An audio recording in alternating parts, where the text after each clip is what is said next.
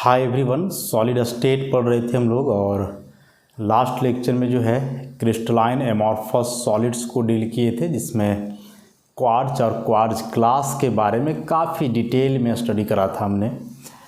आज हम लोग इस लेक्चर में जो है क्रिस्टलाइन सॉलिड का क्लासिफिकेशन देखेंगे। देखो, क्रिस्टलाइन और एमॉर्फस जो दो क्लासिफिकेशन थे वह किस बेसिस पे, तो कंस्टिट्यूएंट पार्टिकल्स का जो अरेंजमेंट है वह ऑर्डर क्या है अरेंजमेंट का, उस आधार पे मतलब क्लासिफिकेशन हुआ क्रिस्टलाइन और amorphous.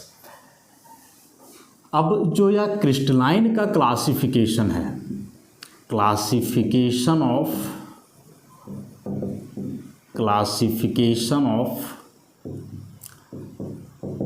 Crystalline solids on the basis of nature of constituent particles and the operating forces, मतलब कैसे कंस्टिट्यूएंट पार्टिकल्स हैं और उन कंस्टिट्यूएंट पार्टिकल्स के बीच का ऑपरेटिंग फोर्स क्या है, इस आधार पे क्रिस्टलाइन सॉलिड का फर्दर क्लासिफिकेशन है। और इस बेसिस पे जो क्रिस्टलाइन सॉलिड को क्लासिफाई किया गया है वे चार कैटेगरी में हैं। नंबर 1 आयनिक सॉलिड्स या आयनिक क्रिस्टल्स बोल सकते हैं हम लोग। Next metallic solids, third covalent solids और फोर्थ नंबर में है मॉलिक्यूलर सॉलिड्स। तो ये चार प्रकार के सॉलिड्स हैं और ये चारों के चारों क्रिस्टलाइन सॉलिड हैं, मतलब सब में कंस्टिट्यूएंट पार्टिकल्स का एक ऑर्डर्ड अरेंजमेंट होगा। अंतर है कि कंस्टिट्यूएंट पार्टिकल्स सब में अलग अलग होंगे और उन कंस्टिट्यूएंट पार्टिकल्स के बीच का जो फोर्स होगा, जिस फोर्स से वे पार्टिकल्स आपस में जुड़े होंगे, वह फोर्स भी अलग अलग नेचर का होगा। तो इन्हीं सबको जो है एक एक करके हम लोग को डिटेल में स्टडी करना है, आयनिक, मेटेलिक, कोवेलेंट और मॉलिक्यूलर, कि क्या है ये पार्टिकल्स, क्या हैं इनमें प्रॉपर्टीज़, क्या होता है ऐसे क्रिस्टल्स का, ऑपरेटिंग फोर्सेस क्या है। तो सबसे पहले आयनिक सॉलिड्स की बात कर लेते हैं हम लोग। हालांकि ये सभी सब्सटेंस, चाहे वे आयनिक हो, मेटेलिक हो, कोवेलेंट हो या फिर मॉलिक्यूलर हो, केमिकल बॉन्डिंग में हम लोग रूबरू हुए हैं ऐसे सब्सटेंस से। फिर से अभी हम लोग उसको रिवाइज करने वाले हैं। आयनिक सॉलिड्स, आयनिक सॉलिड के बारे में हम लोग जान रहे हैं कि जो इसमें कंस्टिट्यूएंट पार्टिकल्स होते हैं, कंस्टिट्यूएंट पार्टिकल्स जो होते हैं वे क्या होते हैं, oppositely charged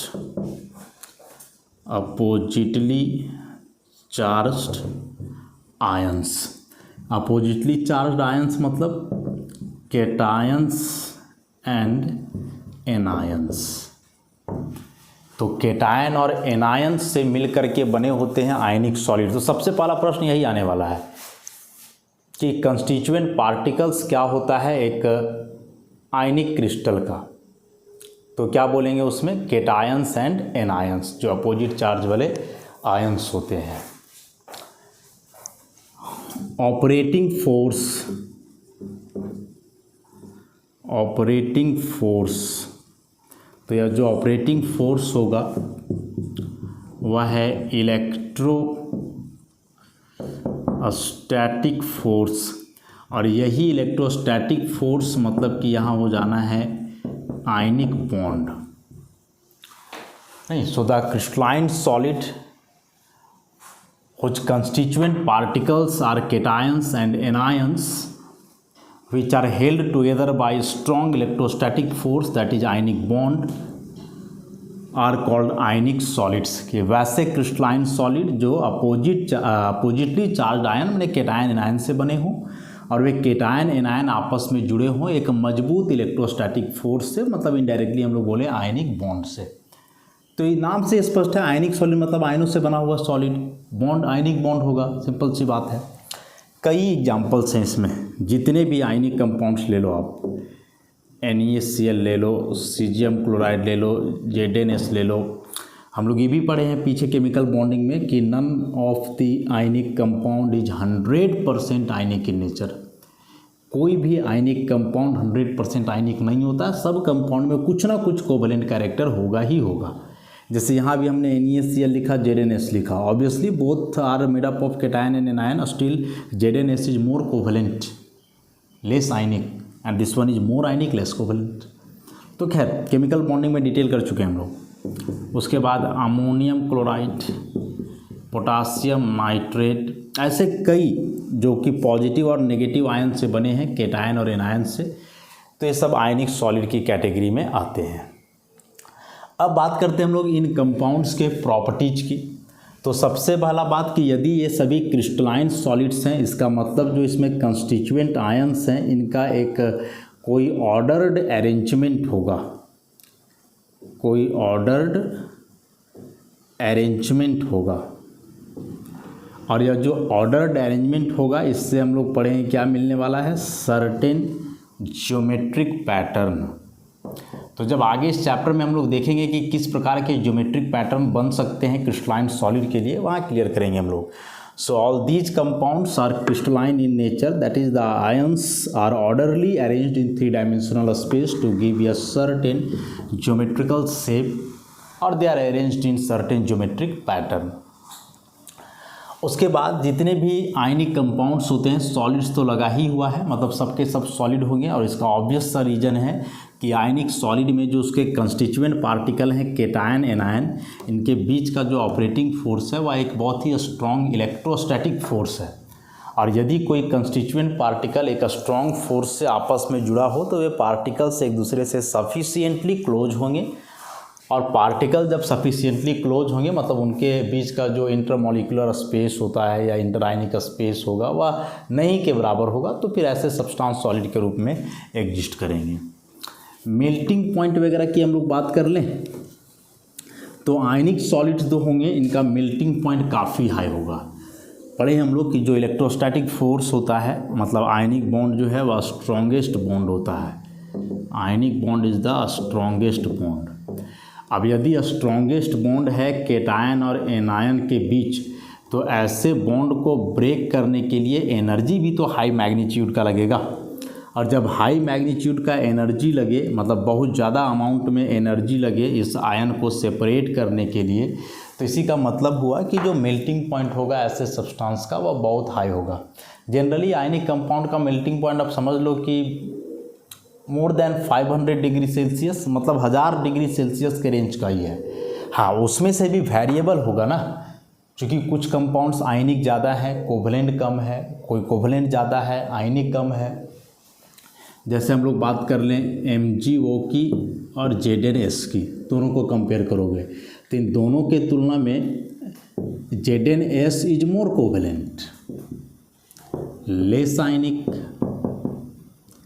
and this one is less covalent, more आयनिक।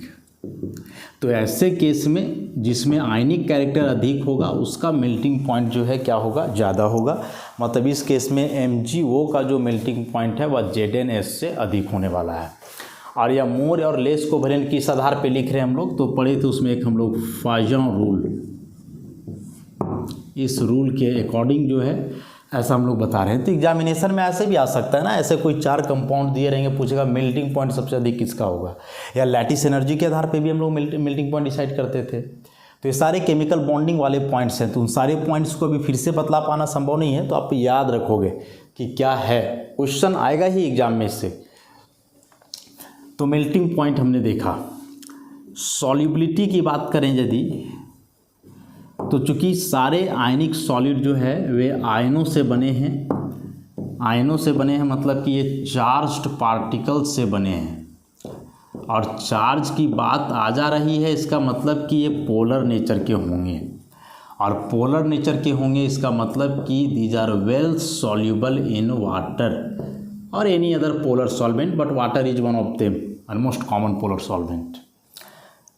मतलब यदि वाटर आप ले रहे हो और इसमें किसी आयनिक कंपाउंड को डिजॉल्व कर रहे हो, तो डिजॉल्व करने का मतलब बताए थे कि कोई कंपाउंड किसी सॉल्वेंट में सॉल्युबल है, इसका सिंपल सा मतलब है कि उस कंपाउंड के पार्टिकल्स उस सॉल्वेंट मॉलिक्यूल से इंटरैक्ट करेंगे, और यह इंटरैक्शन तभी पॉसिबल है जब उस कंपाउंड के पार्टिकल पहले खुद से अलग हों। आप NaCl को डिजॉल्व करोगे जिसमें Na और Cl आपस में खुद जुड़े हुए हैं पहले से, तो वाटर में तभी डिजॉल्व होगा जब ये आयन्स यहाँ से सेपरेट होंगे। Na+ अलग होगा, Cl अलग होगा, तब यह Na+ जाके वाटर से इंटरैक्ट करेगा, Cl- भी वाटर से इंटरैक्ट करेगा। और यह जो फोर्स है यह ब्रेक कैसे करेगा, तो यह फोर्स ब्रेक करेगा दिस सॉल्वेंट, और यह सॉल्वेंट का जो प्रॉपर्टी होता है इस फोर्स को ब्रेक करने का, उस प्रॉपर्टी को हम लोग क्या बोलते हैं, डाइलेक्ट्रिक कांस्टेंट। और जानते हैं हम लोग कि वाटर का डाइलेक्ट्रिक कांस्टेंट बहुत हाई होता है, जो आसानी से किसी भी फोर्स को ओवरकम कर सकता है। तो आयनिक कंपाउंड्स में कंस्टिट्यूएंट आयंस के बीच काफ़ी स्ट्रॉन्ग फोर्स है, बावजूद वे पानी में आसानी से डिजॉल्व कर जाते हैं। रीजन कि जो वाटर है उसका डाइलेक्ट्रिक कांस्टेंट बहुत हाई है। हाई डाइलेक्ट्रिक कांस्टेंट के चलते वो आयंस को ब्रेक करके अलग कर देगा, आयनिक बॉन्ड को तोड़ करके आयंस को सेपरेट करेगा, और फिर उन्हीं आयंस के साथ इंटरैक्ट कर जाएगा वाटर का मॉलिक्यूल, मतलब ओवरऑल उसमें क्या हो जाना है, सॉल्युबल हो जाना है। यही आयनिक कंपाउंड्स जो हैं वे नॉन पोलर ऑर्गेनिक सॉल्वेंट हो या फिर और भी कोई सॉल्वेंट हो उसमें इनसॉल्युबल होंगे, क्योंकि नॉन पोलर सॉल्वेंट का जो डाइलेक्ट्रिक कांस्टेंट होता है वह बहुत कम होता है, इतना कम कि वह आयनिक बॉन्ड को ओवरकम ही नहीं कर पाएगा, तो उसमें कभी आयनिक सॉलिड डिजॉल्व नहीं करेंगे। सिंपल सा एग्जांपल है ना, आप सोडियम क्लोराइड मतलब नमक लो, पानी में डिजॉल्व करो, कर जाएगा, लेकिन वही नमक को आप केरोसिन, पेट्रोल, डीजल वगैरह में करके देखना, डिजॉल्व नहीं होगा, क्योंकि ये जो केरोसिन, पेट्रोल, डीजल है बेसिकली नॉन पोलर सॉल्वेंट है, पेट्रोलियम है ना, हाइड्रोकार्बन होते हैं ये, तो उसमें नहीं डिजॉल्व करेगा, क्योंकि जैसे ही आप नमक को केरोसिन में डालोगे तो केरोसिन उसके आयन को तोड़ के अलग ही नहीं कर पाएगा, और जब तक आयन अलग नहीं होंगे तब तक वह इंटरैक्ट कैसे करेगा सॉल्वेंट मॉलिक्यूल के साथ, तो नहीं सॉल्युबल होंगे। उसके बाद फिर इसमें इलेक्ट्रिकल कंडक्टिविटी की बात करते हैं हम लोग। इलेक्ट्रिकल कंडक्टिविटी, इलेक्ट्रिकल कंडक्टिविटी हम लोग जान रहे हैं कि यदि कोई सब्सटेंस इलेक्ट्रिकल कंडक्टर है, इसका मतलब कि उस सब्सटेंस के अंदर इलेक्ट्रिकल कंडक्टर है, इसका मतलब हुआ कि उस सब्सटेंस के अंदर चार्ज कैरियर होंगे। चार्ज कैरियर में या तो मोबाइल आयंस होते हैं या फिर मोबाइल इलेक्ट्रॉन्स होते हैं। ओवरऑल किसी भी सब्सटेंस से करंट पास तभी करने वाला है जब उस सब्सटेंस के अंदर या तो मोबाइल आयंस मतलब फ्री आयंस, मूवेबल आयंस हो, या फिर मोबाइल इलेक्ट्रॉन्स हो। इलेक्ट्रॉन और आयन दोनों में से कुछ भी यदि फ्री नहीं है तो कभी भी वैसे सब्सटेंस से करंट पास नहीं करने वाला है, नेवर, क्योंकि इस करंट को आगे बढ़ाने के लिए, इस चार्ज को आगे बढ़ाने के लिए कोई रहेगा नहीं उसमें, और वही चार्ज कैरियर का तो काम करते हैं। तो आयनिक कंपाउंड्स के बारे में जो हमने पढ़ा कि सोडियम क्लोराइड एक सॉलिड मटेरियल है, इसका मतलब हुआ कि ये Na+ और Cl- आपस में स्ट्रांगली जुड़े हैं। सोडियम क्लोराइड का जो क्रिस्टल होता है उसमें जितने भी सोडियम आयंस या क्लोराइड आयंस से वे एक दूसरे से काफ़ी टाइटली जुड़े हैं स्ट्रॉन्ग इलेक्ट्रोस्टैटिक फोर्स से। तो जब आप इस सॉलिड NaCl से करंट पास करवाओगे तो ऑब्वियसली करंट पास नहीं करेगा, क्योंकि इस करंट को आगे बढ़ाने के लिए कोई चार्ज कैरियर नहीं है इसके अंदर। लेकिन इसी आयनिक सॉलिड को यदि आप हीट कर रहे हो, हीट करके मेल्ट कर दे रहे हो, तो इसमें से आयन सेपरेट हो जाएंगे, मतलब this one is molten sodium chloride. या फिर इसी को यदि आप वाटर में डिजॉल्व करोगे तो वाटर भी जो है सो इसको सेपरेट कर देगा, Na+ एक्वस और Cl- एक्वस बन जाना है। तो अब चूंकि आयंस मोबाइल हो गए, मूवेबल, फ्री हो गए, आगे मूव करने लायक, तो अब जब आप करंट पास करवाओगे तो होगा, क्योंकि अब इस करंट को यही सोडियम आयन और क्लोराइड आयन आगे लेकर के जाएंगे। उसी प्रकार से यहाँ से भी जब करंट पास करवाओगे तो होगा, यही आयंस जो है करंट को लेकर के आगे प्रोसीड करेंगे। तो overall the ionic solids do not conduct electricity because all the ions are tightly held with each other and there is no charge carrier in the crystal. But when an ionic crystal is heated, that is the molten form, so there are free ions which act as charge carrier, and now there is a continuous flow of electricity through this molten ionic form या molten ionic compound.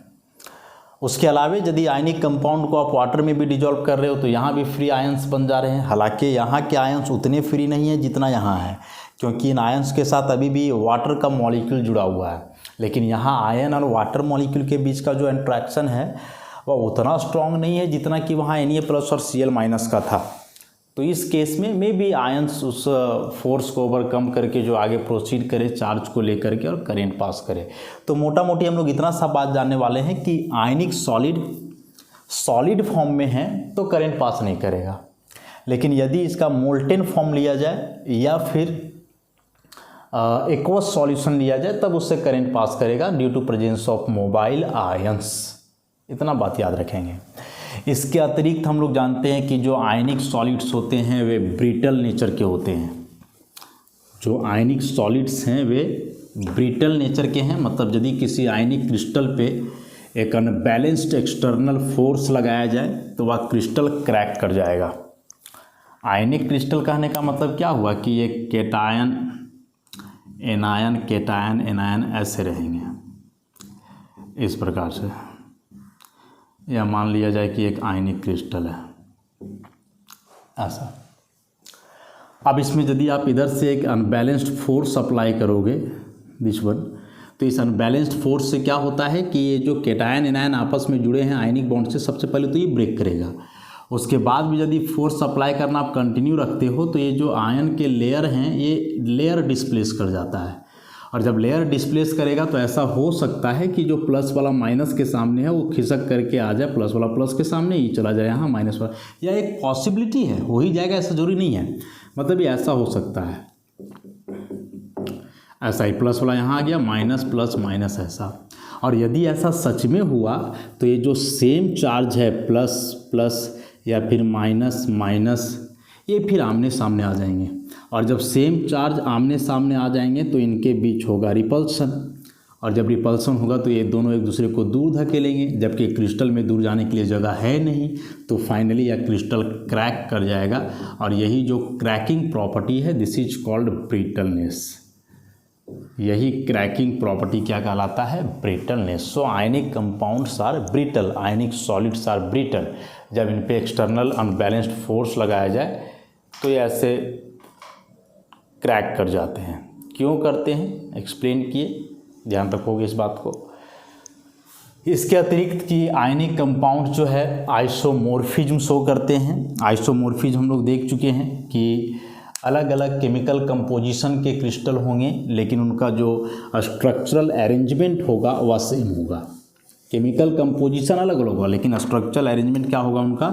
Same होगा। जैसे sodium chloride MgO, अलग अलग composition है, यहाँ sodium ion chloride ion है, यहाँ magnesium ion oxide ion है, लेकिन जब आप क्रिस्टल स्ट्रक्चर पे जाओगे तो देखोगे कि क्रिस्टल स्ट्रक्चर दोनों का सेम होता है। कैसा? जब आगे हम लोग पढ़ेंगे स्ट्रक्चर के बारे में तो वहाँ देखेंगे।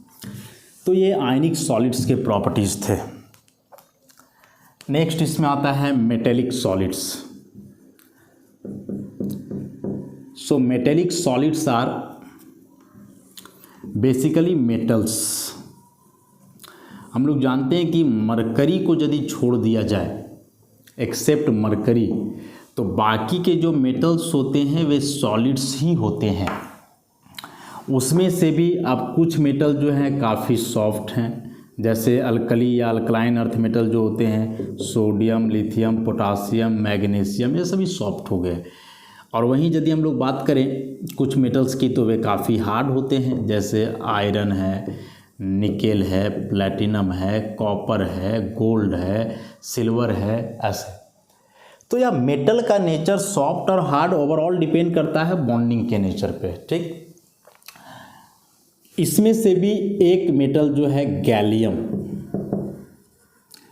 सो गैलियम जो है, इस गैलियम का जो मेल्टिंग पॉइंट होता है वह ना तकरीबन 30 डिग्री सेल्सियस के आसपास होता है। Very low melting solid, melting point बहुत कम है इसका। रूम टेम्परेचर 25 डिग्री सेल्सियस है जो स्टैंडर्ड नॉर्मल कंडीशन में रूम टेम्परेचर होता है, लेकिन जैसे ही आप गैलियम को रूम टेम्परेचर में लाओगे तो 25 का मतलब 25 ही थोड़ेगा। अभी का गर्मी का मौसम है तो 40 तक टेम्परेचर होता है। तो जैसे ही गैलियम का टुकड़ा लेकर के आप ऐसे हथेली पे रखोगे तो आपका बॉडी टेम्परेचर तो 37 है, रूम टेम्परेचर भले ही 25 है लेकिन बॉडी टेम्परेचर 37 है और इसका मेल्टिंग पॉइंट 30 है। तो जैसे ही गैलियम का एक टुकड़ा आप लेकर के हथेली पे रखोगे पिघल जाएगा, पिघल जाएगा। क्यों? क्योंकि आपका बॉडी टेम्परेचर उसके मेल्टिंग पॉइंट से ज़्यादा है। लेकिन हाँ, वही बॉइलिंग पॉइंट की बात करें तो बॉइलिंग पॉइंट इसका हज़ारों डिग्री सेल्सियस के रेंज में होता है। मेल्टिंग पॉइंट काफ़ी कम है, पिघल बड़ा जल्दी जाएगा और पिघल करके एक बार लिक्विड बन गया उसके बाद फिर ही वापस बॉयल करे, लिक्विड से गैस में कन्वर्ट हो, इसके लिए बहुत ज़्यादा टाइम, हज़ारों के रेंज में होता है, 2000 इसके आसपास ऐसे करके। इसीलिए गैलियम का इस्तेमाल किया जाता है हाई टेम्परेचर मेजरिंग थर्मोमीटर में, हाई टेम्परेचर थर्मोमेट्री में इसका इस्तेमाल होता है। क्योंकि नॉर्मल जो थर्मामीटर होता है बुखार मापने वाला, उसमें हम लोग जानते हैं कि मरकरी होता है, मरकरी का बॉइलिंग पॉइंट भी बहुत कम नहीं है, हाँ है। अब बुखार हम लोग मेजर करते हैं थर्मोमीटर से, बहुत भी बॉडी टेम्परेचर गया तो 100 डिग्री उसके आसपास या उससे ज़्यादा जो भी रहता है तो उतना में यह मरकरी बॉयल नहीं करेगा। लेकिन हाँ, हाई टेम्परेचर है, कहीं किसी सिस्टम का टेम्परेचर आप लैब में वर्क कर रहे हो, वहाँ कोई सिस्टम का टेम्परेचर अचानक से 500 डिग्री सेल्सियस या 1000 डिग्री सेल्सियस चल गया तो वहाँ फिर यह मरकरी वाला थर्मोमीटर काम नहीं करेगा। तो उस केस में जो थर्मोमीटर होता है उसमें गैलियम भरा होता है, क्योंकि इसका मेल्टिंग बॉइलिंग पॉइंट जो है वह हज़ारों में होता है, 2000 के आसपास ऐसे करके। तो गैलियम एक बड़ा ही विशिष्ट टाइप का एलिमेंट है। हालांकि गैलियम सेमी मेटल की कैटेगरी में भी आ जाता है। तो क्या बोले कि मेटल्स मरकरी को छोड़ दिया जाए तो सारे सॉलिड हैं, जिसमें से कुछ सॉफ्ट भी हैं, कुछ हार्ड भी हैं। और उसमें से जो गैलियम है वह काफ़ी लो मेल्टिंग सॉलिड है, मेल्टिंग पॉइंट रूम टेम्परेचर के आसपास, माने बॉडी टेम्परेचर से कम है। बॉइलिंग पॉइंट काफ़ी ज़्यादा होता है, मतलब low melting high boiling substance हो गया है। अब यदि हम लोग बात करें बॉन्डिंग की, कि ये जो सब्सटेंस हैं, ये जो मेटेलिक सॉलिड्स हैं, इनमें बॉन्डिंग किस प्रकार का होता है। तो मेटेलिक बॉन्ड के बारे में हम लोग पढ़े, मेटेलिक बॉन्ड के बारे में जो पढ़े उसमें 2 थ्योरीज पढ़े थे हम लोग मेटेलिक बॉन्ड से रिलेटेड। एक इलेक्ट्रॉन पूल थ्योरी या इलेक्ट्रॉन सी थ्योरी और दूसरा मॉलिक्यूलर बैंड थ्योरी पढ़ा था हमने। तो इसमें क्या पढ़े थे कि कोई भी मेटल का क्रिस्टल है, सपोज हम लोग आयरन का क्रिस्टल ले लें, ठीक। तो जो इलेक्ट्रॉन सी थ्योरी हमने पढ़ा या फिर इलेक्ट्रॉन पूल थ्योरी जो पढ़ा हमने, उसके अकॉर्डिंग कि यदि कोई मेटल क्रिस्टल है तो मेटल क्रिस्टल में तो मेटल के बहुत सारे एटम्स होंगे, कितने एटम्स होंगे यह बतला पाना पॉसिबल तो नहीं है। हम लोग यदि स्टैंडर्ड मान लें कि इस मेटल क्रिस्टल का 1 मोल है, तब हम लोग बोल पाएंगे कि फिर इसमें अवोगाड्रो नंबर के बराबर एटम्स हैं, इतने एटम्स हैं, 10⁻23 एटम्स हैं। सो अकॉर्डिंग टू इलेक्ट्रॉन सी थ्योरी और इलेक्ट्रॉन पूल थ्योरी कि एक मेटल क्रिस्टल में उसके जितने भी एटम्स होते हैं वे सारे एटम्स अपना वैलेंस इलेक्ट्रॉन एक साथ लूज करते हैं। नॉर्मल कॉन्फ़िगरेशन आप लिखोगे आयरन का तो 3d6 4s2, वैलेंस में 2 ही इलेक्ट्रॉन है तो ये 2 इलेक्ट्रॉन लूज करेंगे। हालांकि यह जो Fe2+ बनता है 3d6 is not very stable, क्योंकि ना तो हाफ फील्ड है ना फुल फील्ड है, तो मे बी अगेन एक इलेक्ट्रॉन और लूज कर दे और बदल जाए Fe++ में। सो यदि आप लेते हो कि आयरन बदल रहा है Fe++ में बाय लूजिंग 3 इलेक्ट्रॉन, तो आयरन का एक एटम ऐसा नहीं करेगा, बल्कि इस क्रिस्टल में जितने एटम्स हैं वे सारे एटम्स अपना वैलेंस इलेक्ट्रॉन एक साथ लूज करेंगे। अब आयरन का एक एटम यदि 3 इलेक्ट्रॉन को लूज कर रहा है और यदि इतने एटम्स हैं तो इसका 3 गुना इलेक्ट्रॉन हो जाएगा। और ये देख रहे हो 10 का पावर 23 मतलब कितना बड़ा नंबर है। तो जब इतने सारे इलेक्ट्रॉन्स हो जाएंगे तो वे इलेक्ट्रॉन्स जाएंगे कहाँ, तो वे क्रिस्टल में ही रहते हैं। और ऐसे कि ये जो इतने सारे इलेक्ट्रॉन्स बने, ये सारे इलेक्ट्रॉन मिल करके ही इलेक्ट्रॉन का एक पूल बना देते हैं। This is electron pool. ये सारे इलेक्ट्रॉन हैं, बहुत सारे इलेक्ट्रॉन हैं, अनगिनत। और ये जो बने, जिनको कि हम लोग मेटल कोर या कैटायन बोल सकते हैं, तो वैलेंस इलेक्ट्रॉन लूज करने के बाद जो बनता है वह कहलाता है मेटल कोर या कर्नल। अच्छा, तो ये जो मेटल कोर हो गए वे मेटल कोर इसी में डूबे रहते हैं। A+ वाले मेटल कोर हुए, मेटल कैटायन जो वैलेंस इलेक्ट्रॉन लूज करने के बाद बने। अब यहाँ मेटल कोर और ये जो इलेक्ट्रॉन है इसके बीच इलेक्ट्रोस्टैटिक अट्रैक्शन होता है, जिसके थ्रू सारे मेटल कोर और इलेक्ट्रॉन जुड़े होते हैं एक दूसरे से। और यही इलेक्ट्रोस्टैटिक अट्रैक्शन इस केस में कहलाता है मेटेलिक बॉन्ड। ऐसा तो किसी भी मेटल क्रिस्टल में उसके जितने भी एटम्स हैं वे सारे एटम्स कलेक्टिवली एक साथ अपना वैलेंस इलेक्ट्रॉन लूज करके ऐसे बहुत सारे मोबाइल इलेक्ट्रॉन्स का एक पूल तैयार करेंगे और उसमें जो ये मेटल कोर या कर्नल्स होते हैं माने पॉजिटिव मेटल कैटायन वे डूबे होते हैं। यह जो मोबाइल इलेक्ट्रॉन है और ये जो मेटल कोर्स होते हैं इनके बीच एक इलेक्ट्रोस्टैटिक अट्रैक्शन होता है जिसके थ्रू ये सभी आपस में जुड़े होते हैं and that electrostatic attraction is called metallic bond. ठीक, तो मेटेलिक सॉलिड का यदि आप पूछें कि इसका कंस्टिट्यूएंट पार्टिकल क्या है, so constituent particle are metal cores मतलब पॉजिटिव आयन और साथ ही साथ मोबाइल इलेक्ट्रॉन्स को भी आप लिख सकते हो ऐसा। अब मोबाइल इलेक्ट्रॉन्स यहाँ भी आ गए हैं तो यही मोबाइल इलेक्ट्रॉन्स रेस्पॉन्सिबल हैं, these mobile electrons are responsible for thermal and electrical conductivity of metals. यही जो मोबाइल इलेक्ट्रॉन्स प्रेजेंट हैं मेटल क्रिस्टल में इन्हीं के चलते जो है एक मेटल या मेटेलिक सॉलिड जो है एक बहुत ही बेहतर कंडक्टर होता है हीट का और इलेक्ट्रिसिटी का। अभी एक्सप्लेन किए थे थोड़ा देर पहले कि इलेक्ट्रिसिटी तभी फ्लो करेगा किसी सब्सटेंस से जब उसके अंदर चार्ज कैरियर हो। चार्ज कैरियर में बेसिकली होते हैं इलेक्ट्रॉन्स या आयंस, पॉजिटिव होल्स भी होते हैं। लेकिन यहाँ जो होगा मेटेलिक सॉलिड में इसमें जो चार्ज कैरियर होगा वे मोबाइल इलेक्ट्रॉन्स, ये जो घरों में मेटल वायर लगा होता है एल्यूमिनियम या कॉपर का जो करंट फ्लो करता है इन वायर्स से वह बेसिकली मोबाइल इलेक्ट्रॉन्स के चलते, जो यहाँ हम लोग को पता चल रहा है इलेक्ट्रॉन सी थ्योरी से। जब इस क्रिस्टल में ये जो मेटल के एटम हैं वे एटॉमिक स्टेट में रहते, तो एटॉमिक स्टेट में होते तो इनका इलेक्ट्रॉन जो है वह तो न्यूक्लियस की तरफ अट्रैक्ट होते रहता, ये इलेक्ट्रॉन मूव कर रहे होते लेकिन एटम के अंदर, बाहर मूव करने लायक नहीं होते। लेकिन जब यही इलेक्ट्रॉन एटम से बाहर निकल गए तो अब ये न्यूक्लियस के इन्फ्लुएंस में उतना नहीं रहे, तो अब ये इलेक्ट्रॉन जो है मूव कर सकते हैं, पोटेंशियल डिफरेंस अप्लाई वगैरह किया जाए तो। इसलिए इन इलेक्ट्रॉन्स को बोला जा रहा है मोबाइल इलेक्ट्रॉन मूवेबल। तो बोलोगे ना कि सर मूवेबल इलेक्ट्रॉन मैंने एटम के अंदर इलेक्ट्रॉन फिर भी मूव करेगा, तो वह तो सर्कुलर मोशन में रहेगा ना, न्यूक्लियस के चारों ओर घूमेगा। लेकिन जो इलेक्ट्रॉन निकल चुका है एटम से या जो इलेक्ट्रॉन पूल का इलेक्ट्रॉन है या तो फ्री है या न्यूक्लियस के इन्फ्लुएंस में है ही नहीं, तो या फिर किसी भी डायरेक्शन में मूव कर सकता है, जिधर आप चाहो उधर ही मूव करवा दो इसको इलेक्ट्रिक पोटेंशियल अप्लाई करके ऐसा।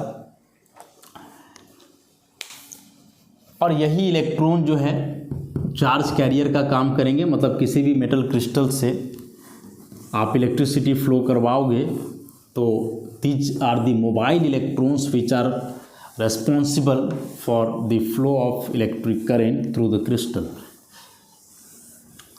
एक इम्पॉर्टेंट पॉइंट इसमें था कि जैसे मान लें कि यह मेटल वायर है,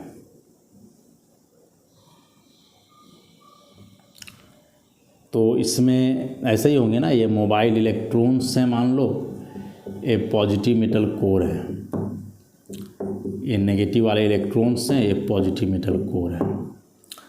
तो ये जो इलेक्ट्रॉन हैं ये तो मोबाइल हैं, मूवेबल फ्री हैं, और ये जो मेटल कोर होते हैं, मेटल कोर ये वाइब्रेट करते रहते हैं अपने मीन पोजीशन पे, मतलब ये स्थिर नहीं है, वाइब्रेटिंग मोड में वे भी हैं। अब क्या होगा कि जब आप करंट पास करवाओगे इधर से ऐसा, इधर नेगेटिव टर्मिनल है मान लो, इस तरफ पॉजिटिव टर्मिनल है, तो हम लोग जानते हैं कि electron negative to positive terminal flow करता है और इसी के चलते करंट जो है सो फिर इससे पास करेगा ऐसा। अब है कि भाई टेम्परेचर का क्या इफेक्ट पड़ेगा, what is the effect of temperature on the conductivity of metal. तो फर्स्ट ऑफ ऑल जब आप टेम्परेचर बढ़ाओगे तो टेम्परेचर बढ़ाने से क्या होता है कि ये जो मेटल कोर हैं इनका काइनेटिक एनर्जी बढ़ता है, थर्मल एनर्जी ये गेन करेंगे टेम्परेचर से। और जब ये थर्मल एनर्जी गेन करेंगे तो हम क्या बोले कि ये जो मेटल कोर है वे वाइब्रेट करते रहते हैं, ऐसे ऊपर नीचे वाइब्रेट होते रहते हैं। तो टेम्परेचर बढ़ाने से जब इनका काइनेटिक एनर्जी बढ़ेगा ना, तो काइनेटिक एनर्जी बढ़ने से इनका ये जो वाइब्रेशन है यह तेज हो जाएगा। तेज इन सेंस की नंबर भी बढ़ जाएगा वाइब्रेशन का, और ये जो वाइब्रेशन का एम्पलीट्यूड था वो भी दोनों बढ़ जाना है। Frequency and amplitude of vibration increase. मतलब पहले यदि 1 सेकेंड में 10 बार कर रहे होंगे तो टेम्परेचर बढ़ाने से अब यही 1 सेकेंड में मे बी 100 बार वाइब्रेट करें। और पहले यदि वाइब्रेशन इस प्रकार से था तो अब टेम्परेचर बढ़ने से वाइब्रेशन ऐसा हो जाएगा। तो नंबर बढ़ रहा है मतलब फ्रीक्वेंसी बढ़ा, और ऐसे जो हाइट बढ़ रहा है इसका मतलब एम्पलीट्यूड बढ़ा। और जब यही मेटल कोर तेज़ी से और ज़्यादा ऊपर नीचे वाइब्रेट करेंगे तो ये जो इलेक्ट्रॉन आगे फ्लो कर रहे थे जिसके चलते करंट जा रहा था, अब तो वह डिस्टर्ब हो जाएगा। मतलब यह जो इलेक्ट्रॉन का मूवमेंट है वो कहीं ना कहीं कम हो जाएगा या रुक जाएगा। और यदि इलेक्ट्रॉन का मूवमेंट कम हो जाए, अब यही इलेक्ट्रॉन के चलते करंट भी जा रहा था तो करंट भी फ्लो कम करेगा। तो जब भी किसी मेटल क्रिस्टल का टेम्परेचर बढ़ाते हैं तो टेम्परेचर बढ़ाने से जो इसमें मेटल कोर्स होते हैं उनके वाइब्रेट करने का जो फ्रीक्वेंसी और एम्पलीट्यूड है वह बड़ा तेज़ी से बढ़ता है, जो इलेक्ट्रॉन के फ्लो में डिस्टर्बेंस प्रोड्यूस करता है। मतलब ओवरऑल इस सब्सटेंस के अंदर रेजिस्टेंस बढ़ जाता है, और इसी के चलते जो कंडक्टिविटी है वह डिक्रीज कर जाता है। तो यह बहुत इंपॉर्टेंट बात है कि जो मेटेलिक कंडक्टर है, एक मेटल कंडक्टर का जो कंडक्टिविटी होता है वह टेम्परेचर का इन्वर्सली प्रोपोर्शनल होता है।